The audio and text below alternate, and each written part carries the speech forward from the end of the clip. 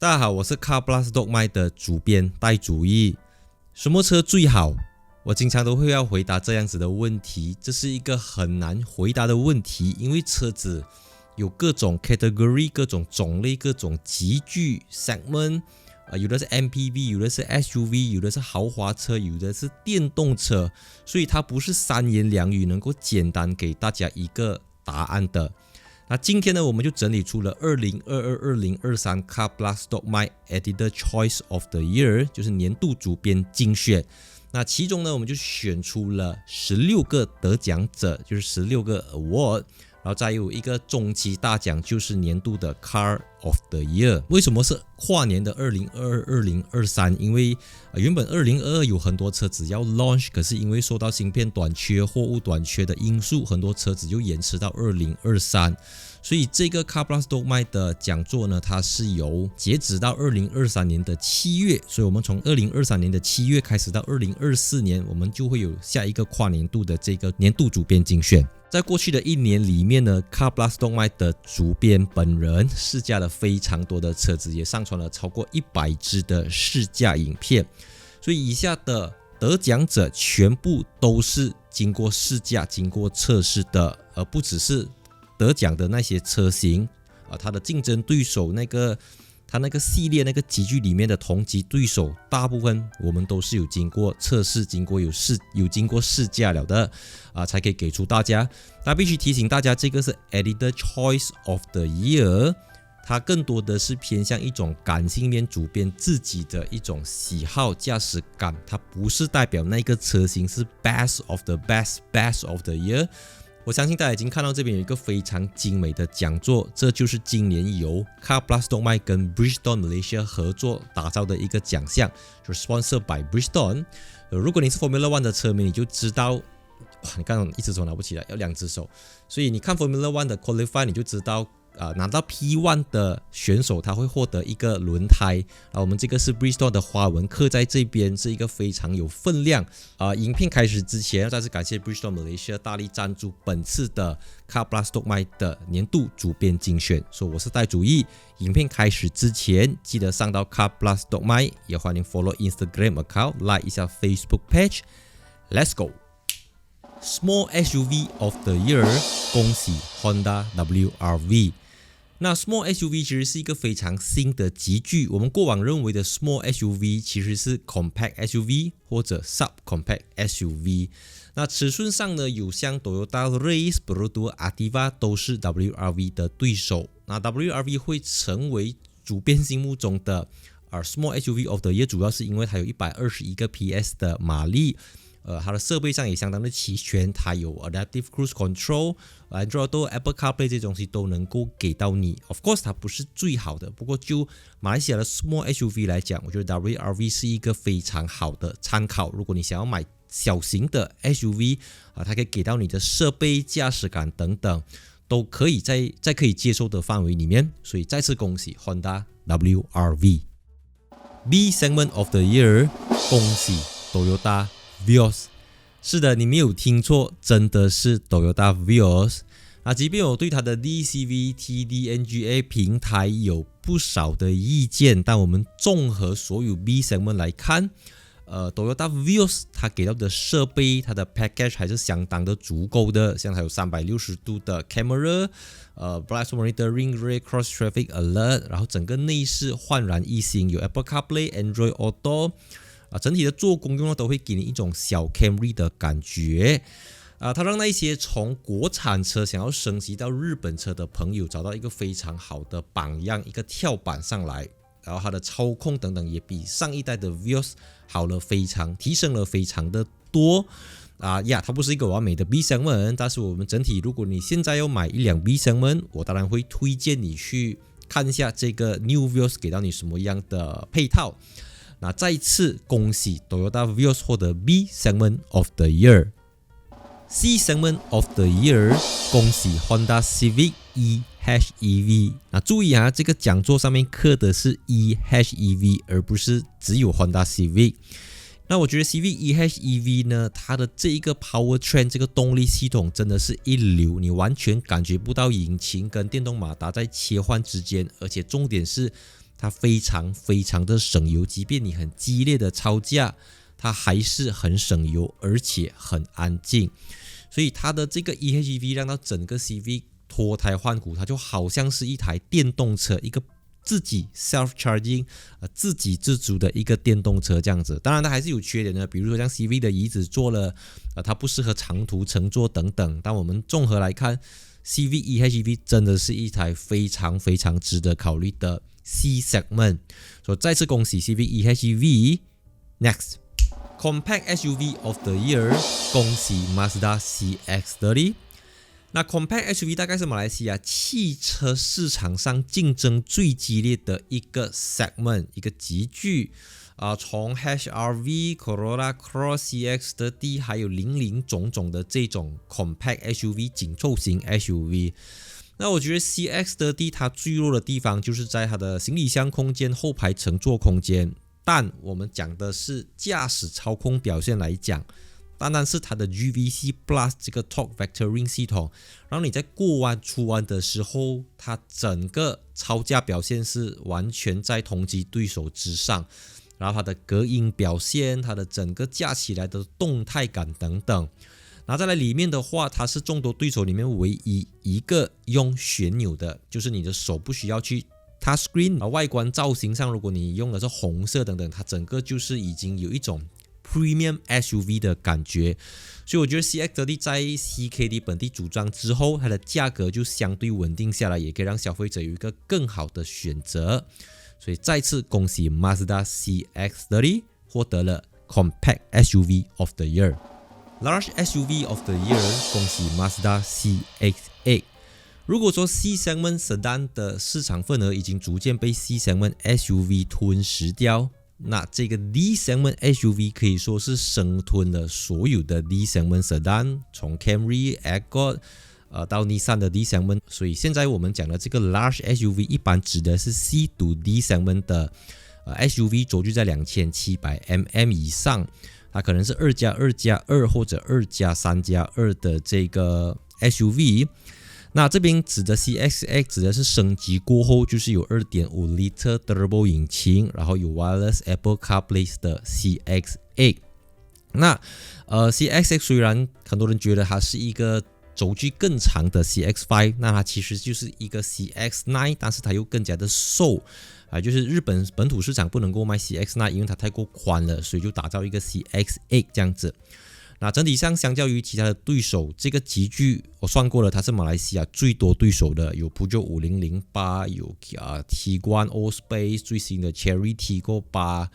等等等等。那 CX-8 毫无疑问的就是它的操控表现，它的动力 2.5L Turbo 或者 2.2 Diesel 都可以给到你在这个价位，在这个集聚很少有对手可以给到你2930个 mm 的轴距，大部分在2700到2800都很长。所以2930mm 的轴距让到 CX-8 在高速行驶的时候真的是非常非常的稳，整台车子非常淡定，它不是其他同级对手可以跟它来比的。所以恭喜 Mazda CX-8 获得 Large SUV of the Year。Luxury SUV of the Year 恭喜 Lexus RX。它虽然是从日本 CBU 组装，但是它的价格其实跟马来西亚 CKD 的德系对手并没有跑很远啦。那它主要对手像 X5、GLE 等等。那这个新的 Lexus RX 呢，在马来西亚它是用 2.4L 的 Turbo 引擎，有纯汽油版的，也有 Hybrid 版本的。那我们说动力的话，它当然不够 BMW， 不够 Mercedes， 不够奥迪来比，但是作为Luxury SUV 的开山鼻祖 Lexus 非常清楚车主们需要的是安静然后很好的这个 body roll control 驾驶感、乘坐感、高级感等等，它都可以给到你。然后大家向来觉得日本车最弱的就是里面荧幕可能太小、像素不清，新款的 RX 都能够去补足掉这些东西，所以它不见得是一个很凶猛、很 aggressive 的。外观上它很 aggressive， 它就整体来讲，它还是一种好像酒店大厅、5星级酒店，它贯彻了日本的 omotenashi 的这种款待文化、款待哲学。这个也是让很多马来西亚的 luxury SUV 的消费者愿意去买这个 Lexus RX， 而不是其他的德系对手这样子。所以我觉得这一个新一代的 RX 真的是非常迷人的一个 Luxury SUV， 所以再次恭喜 Lexus RX 获得 Luxury SUV of the Year。Compact MPV of the Year， 恭喜 Perodua Alza。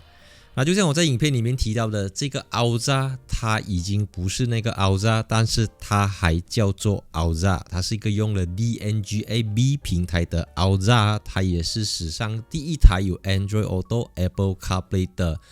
Perodua。我不知道 MPV 这个东西的定位有一点模糊，因为一般上大家习惯把有 sliding door 侧滑门的车子当成是 MPV， 但这个 Alza 其实是 MPV， 但是它没有用侧滑门，只是传统的车门。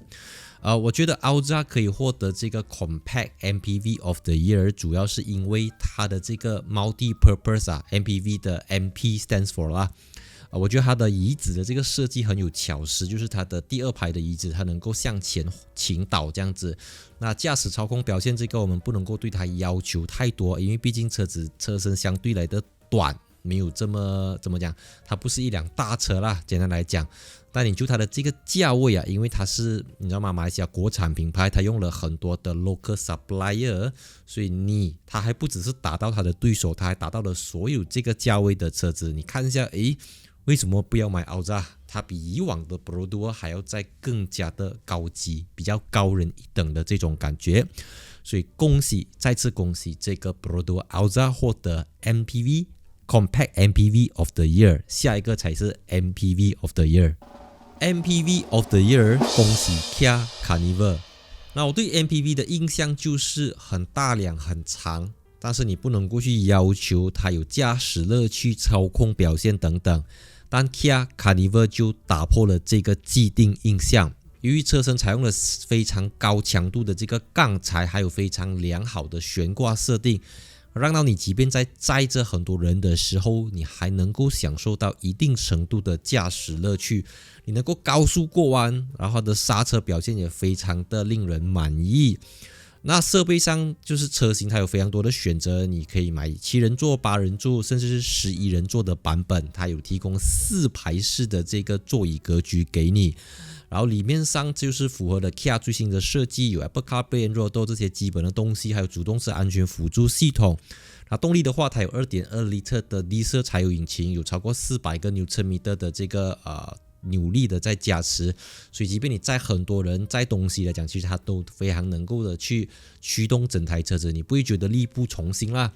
就每次我们买 MPV 最担心的就是有时候你知道吗，就是你会 compromise， 你会对很多东西做出让步、做出妥协。可是 Kia Carnival 你不太需要这样子，你就好像加一辆很长的 SUV， 比较矮一点的 SUV 这样子。所以再次恭喜 MPV of the Year Kia Carnival。Compact Luxury Car of the Year， 恭喜 BMW 3 Series。那 BMW 3 Series 呢，我相信不用我多做讲解，如果你看过我那一支在德国慕尼黑试驾的 M340i 影片，我相信你已经知道为什么这个改款版的3 Series 会获得这个我讲非常的印象深刻。因为时至今日呢，很多的对手都已经舍弃掉了这个6气缸引擎，采用 Hybrid， 采用 PHEV 系统等等。但这个 BMW 也是一样有给你 PHEV， 但它还是继续的在提供6气缸。然后改款过后的3 Series 呢，它里面用了这个 Curve Display， 然后 BMW 的 iDrive 8.0 到 8.5 系统等等，所以整个使用起来的界面就比之前的再更上一层楼这样子。那就操控表现，它的整体的外观造型，我觉得它还是保留了这种 sportiness 运动感，而不是太多的像豪华的去靠拢。我觉得这个非常的重要，因为当我们讲到一个 compact luxury car 的时候，我觉得运动感这个东西还是非常的重要的。而且3 Series 加起来普通的说320、330i 就是一辆100%的 rear wheel drive 后轮驱动的车子。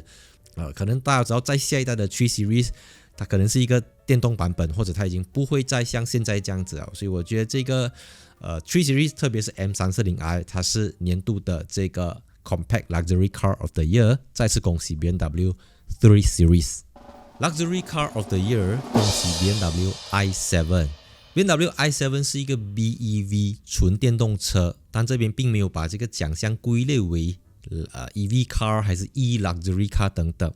因为相较于其他种类的电动车呢，这个 i7 提供的续航里程能够让一般的7 Series 车主无缝接轨，就综合了7 Series 车主每个星期、每个月或者每一年的行驶里程来讲， i7 提供的这个续航里程真的可以让他们不用想太多就直接跨过来。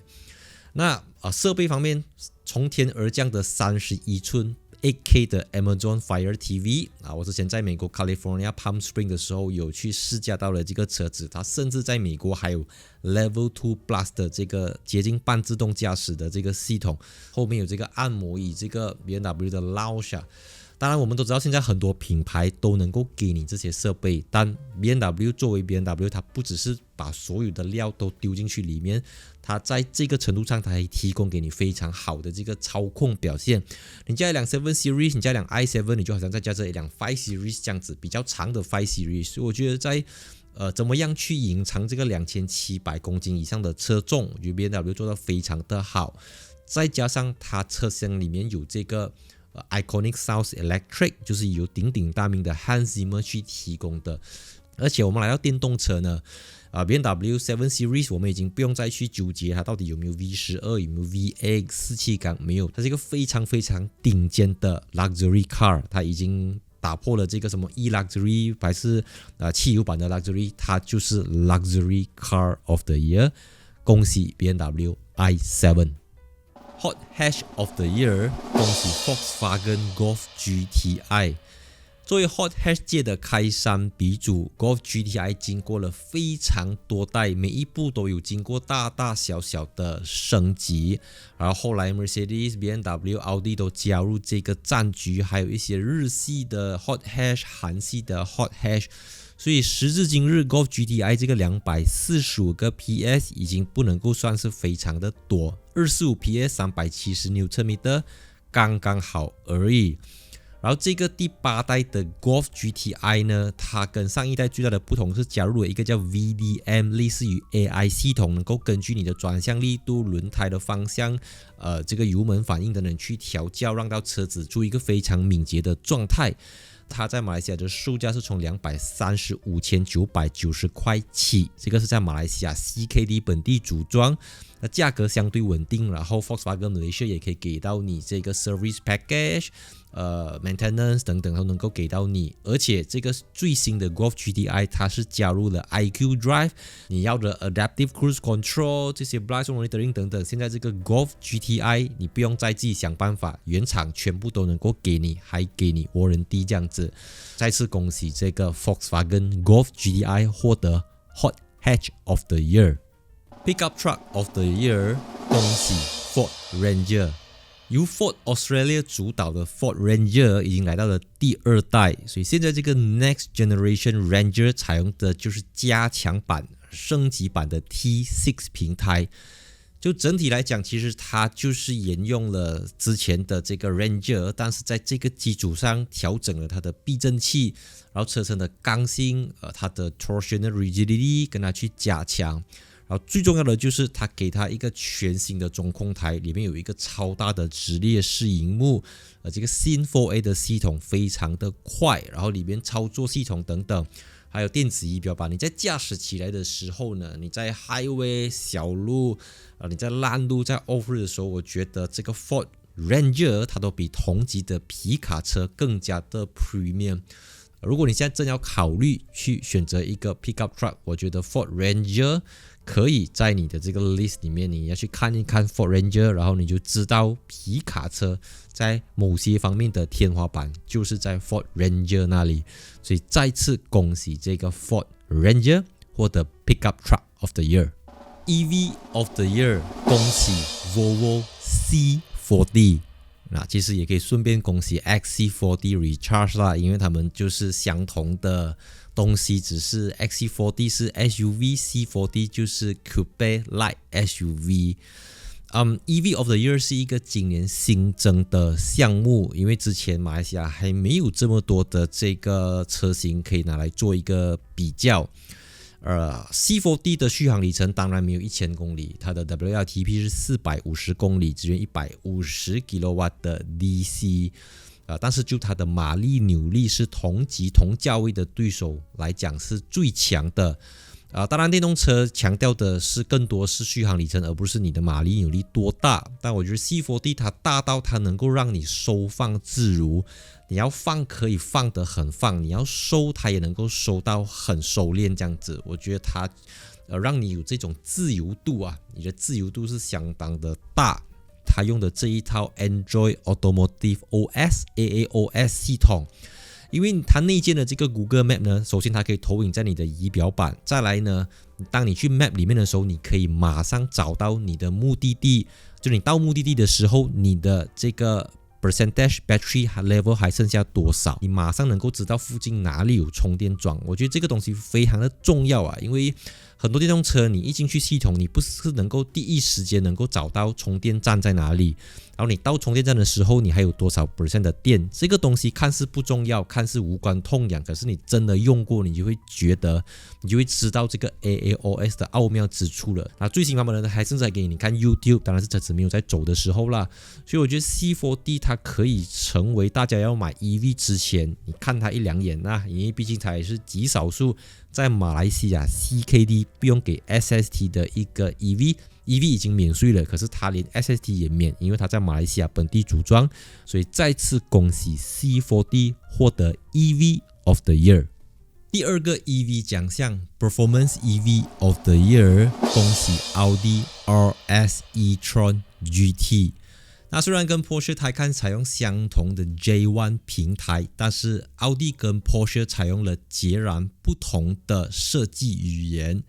那就内饰来讲的话，Taycan是非常的简单，可是 e-tron GT 它强调的是实用性，还是给你一些实体按钮，你要声控也有。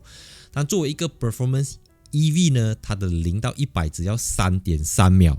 但重点是呢，我之前在德国原厂试驾的时候，我们试了很多，试了3次、4次、5次都做不到 3.3 秒，而是3秒、3.1 秒，最慢也是 3.2 秒，所以这个 3.3 秒是爆小数的。当然电动车能够做到很快的这个直线加速，大家都做得到，但是过弯表现又怎么样？这个 RS e-tron GT 呢，我在这个德国的试驾场里面能够尽情的去甩，尽情的去发挥，尽情的去弯道试驾等等。我觉得在激烈的超价，它能够在众多的 EV， 每一个 EV 都很重嘛，哇 2.5 吨、2.6 吨、2.7吨，可是这个 RS e-tron GT 它能够让你非常大程度的感受到电动的驾驶乐趣，而且它是一个800V 的平台，能够支援高达270 kW 的 DC 快充。再次恭喜这个 Audi RS e-tron GT 获得了 Performance EV of the Year。Supercar of the Year， 恭喜 Ferrari 296 GTB， 这是史上第一台印着 Ferrari 厂徽的 V6 车型。它虽然只有 3.0L V6 Twin Turbo， 可是有高达830个 PS 的超大马力，而且轴距只有2600个 mm。 如果要让我找一台车子，如果你问我要选一台我此生开过最好开的车，我说最没有之一，它肯定是 Ferrari 296 GTB。 它的7个 kWh 的锂离子电池让它能够纯电动行驶25公里。我知道这个不是重点，但它是一台可以让你从完全没有声音、无声无息一声 3.0L V6 Twin Turbo kicks in，那种830个牛车米的0到100 2.9 秒的这种加速动力感，它非常的狂暴，上一秒可以是风平浪静，下一秒波涛汹涌。然后你知道吗？我在西班牙南部的这个塞维亚、塞维利亚的蜿蜒的山路上面，你驾着一台这么大马力的后轮驱动 PHEV Super Ferrari，它真的是能够每一个弯道都好像一把小刀片这样子，然后去到 highway 好像一把大刀这样子，所以小刀大刀它能够收放自如，能够自由的去切换。真的是无懈可击的一个 supercar。它虽然不是 V12， 它虽然不是 V8， 它虽然只有 V6， 但是 Ferrari 叫它 Piccolo V12。它真的这个引擎声浪不止不会输给 V8， 还真的是非常的澎湃，因为后面的 exhaust pipe 非常的短 ，titanium exhaust 等等，所以我觉得你要感受，你还是要去看我之前那一支在西班牙做的296 GTB 的试驾影片。所以再次恭喜 Ferrari 296 GTB Moment of the Year， 恭喜 Ferrari Purosangue。那 Purosangue 是 Ferrari 史上第一台4门4座车型。那通俗一点来讲，它就是 Ferrari SUV， 虽然 Ferrari 不承认它是一个 SUV。我试驾 Purosangue 的时候是在意大利 Trento 的 Monte Bondone， 它是一个海拔接近2000公尺的高山上面，就是我们沿途经过了很蜿蜒的山脉，然后大路、小路、高速公路去试驾这个 Ferrari 的 6.5 力车 V12 自然进气引擎，有725个 PS。它重点不是这些，不是它的车型、它的动力、马力、扭力这些东西，而是在试驾这个 Purosangue 的整个过程啊，就好像我觉得很不可思议，在这样的空间去试驾到一个这样子的作品。那 Ferrari 向世人证明了 ，Ferrari 真的不是随便拿一个平台来放一粒 engine 下去，然后你知道吗？弄到自己是一个 SUV 这样子，而是从零开始去。设计去想说一台车子，一台所谓的 utility vehicle 应该要怎样子做，像后面有对开式的车门，然后这个4座的格局，就驾驶级来说，尤其它那个 Ferrari Active Suspension System 真的是可以用鬼斧神工来讲，真的是巧夺天工，非常的夸张。你在2000多公斤的车子，你在甩尾的时候，你在过弯的时候，它的那个回神的速度真的是一流，没有试驾过一辆这么好驾的高车，那种让你游刃有余的感觉，真的是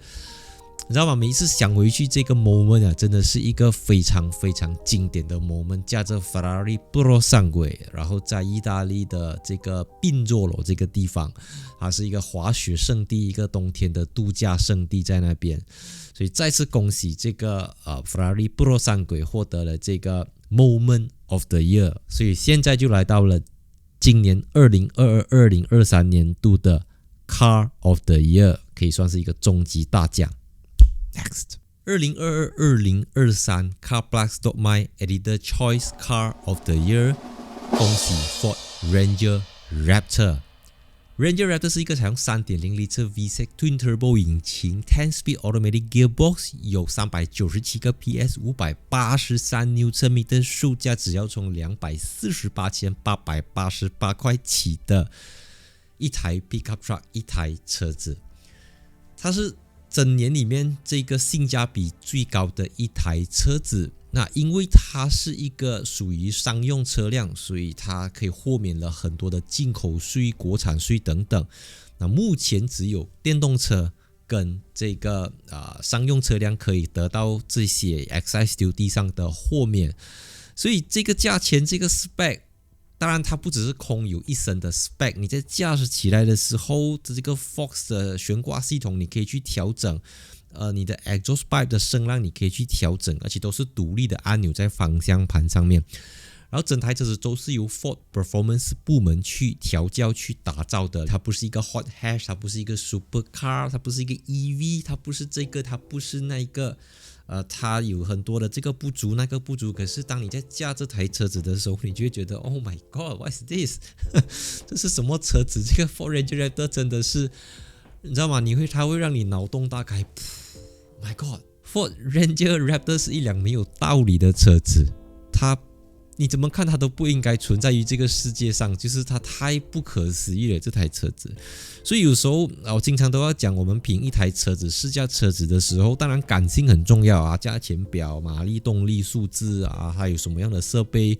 有没有 Apple CarPlay 这些东西。可是当你真正开车，当你真正在试车的时候，你一年要试驾10辆、20辆、30辆、50辆、100辆，你几年里面试了300-400辆车子都好，可是